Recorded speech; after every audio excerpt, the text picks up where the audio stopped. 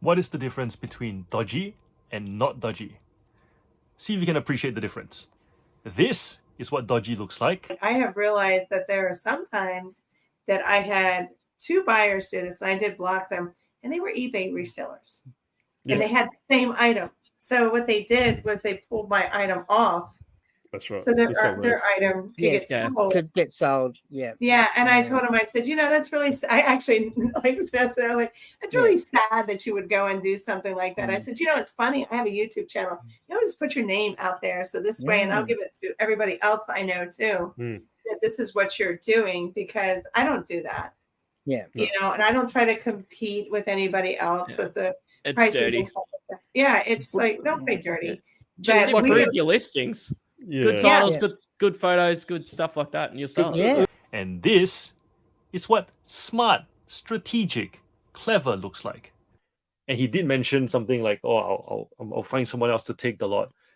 I've been in situations where I've been approached to buy something, and I know my size and my ability to sell a particular collection of stuff.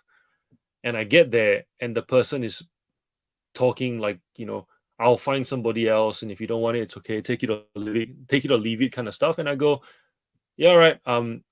I don't combat them on the same metric. That's what I'm trying to get at. You can go there and say, nah, you know what? You don't have anybody else. They say they have somebody. They'll say they'll find somebody else. That's not true, because you're the biggest seller of a particular thing. And you argue with them. It's the same metric. You're not going to get anywhere.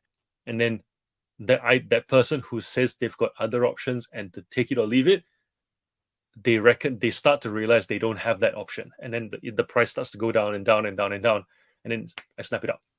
And even at that price point, the lower price point, sometimes even half of what they're asking for, nobody takes it. Because the fact is, to process something that big, you need someone who wants to do it, plus enjoys doing it, plus has the sell through to do it. And then sometimes when I see a lot that big, I think to myself, if I'm not that keen to do it, and I'm umming and ahhing about how much I'm gonna do versus not do, I actually will tell them what they have is worth a lot more.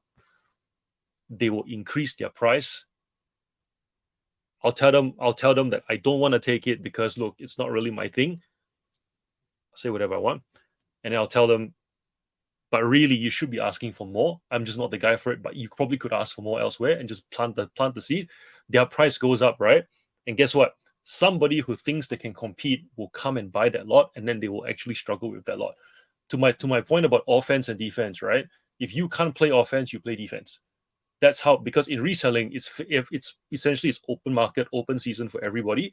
You have to recognize, as much as we want to help each other, if somebody is coming to threaten your ability to earn, you have to defend that.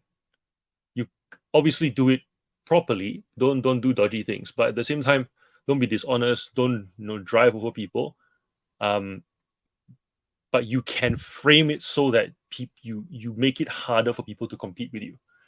Because the fact is, it's not like people need to compete with you. There are plenty of people who want to become resellers. They think it's easy. They will buy up a category, and then they will undercut price. They will not make any profit. They will learn the lesson the hard way. But guess what? There's collateral damage. You lose sales as well, because while they are doing what they are learning and making stupid mistakes, your sales have slowed down because they've undercut for no good reason, and they cannot sustain their growth. So you owe it to yourself for building up this thing and getting this particular price point to deter that. So that's all I'm trying to say. Just deter. Now you know. Go be smart. Not dodgy.